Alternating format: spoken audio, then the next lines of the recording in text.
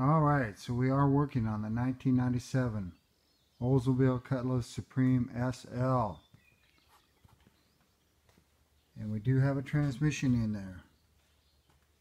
Hub assemblies, or axles on both sides are in.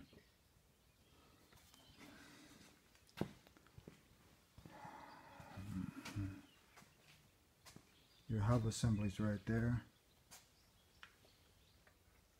Got that side in.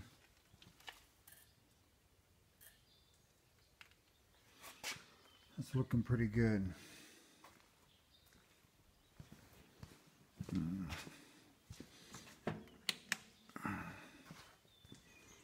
Got this side all together. Looking good.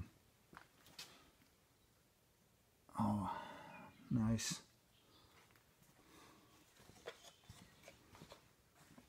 I got my block set in there. I think I got it back to the 18 inches. No, a little less than that, because that was 2 2x4s on top of that one. But just high enough so that isn't rubbing on the frame. I'm trying to get it as close to exactly where it would sit before the engine comes over. But we still got some stuff to hook up. Vacuum line. Those two will have to be plugged into the back of that, and that hooks to the top. That's your shift linkage right there for the cable. It'll come around. I did put 4 quarts of Dexron 6 in the transmission, and that does show full on the stick, so it's enough to start it. But then you got to keep checking and pouring and adding until you get it full before you drive. Using this method, you don't spill it all over the floor, because if you overfill it and then fire it up, it'll leak out, and most likely around the bottom of the dipstick tube. Although it could come out over there or over at the other one, you know, that's sealed. But what happens is you overpressurize the unit by putting too much tranny fluid in it. That can even be bad for the pump. It can blow out that seal over there. You don't want to do that.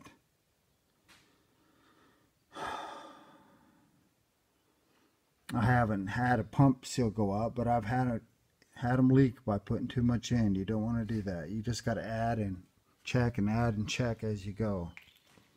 So that turned out looking pretty good in the end there, as did my other hub assembly.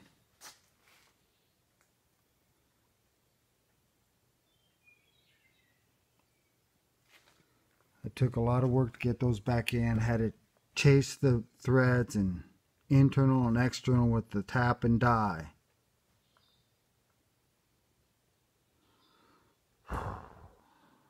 So got to put all that stuff back on too. That'll be red, brake caliper red, because it'll show through. It'll show through your wheels just like that does right there.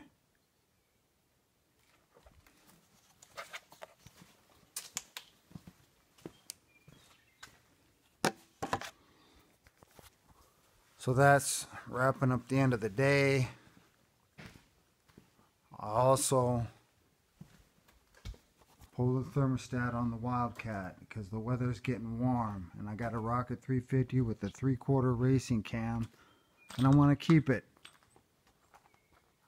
If you leave it in, the temperatures will reach 230 or higher on the gauge, although it didn't overheat, but that's still pretty hot.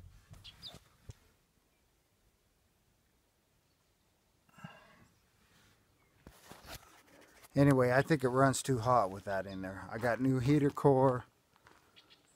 One of the other things I do to keep them cool in the summer is,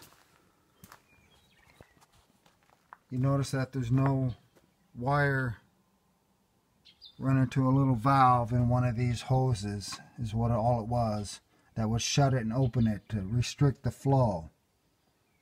That's not there because I want as much cooling power as I can get out of my heater core, which is brand new. I have an improved fan over the original 4-blade also.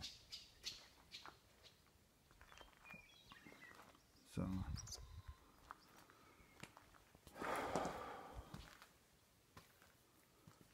and as you can see, we're getting to be sundown.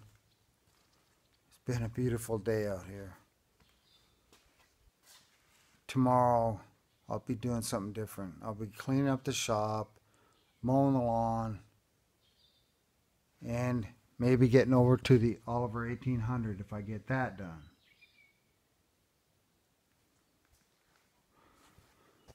The blocking needs to be cleaned up on that also, which that's really what I've been doing a lot of, is a lot of cleaning and that. But as you can see, the result is now I got a nice looking ride. You know, the frame area and everything looks good.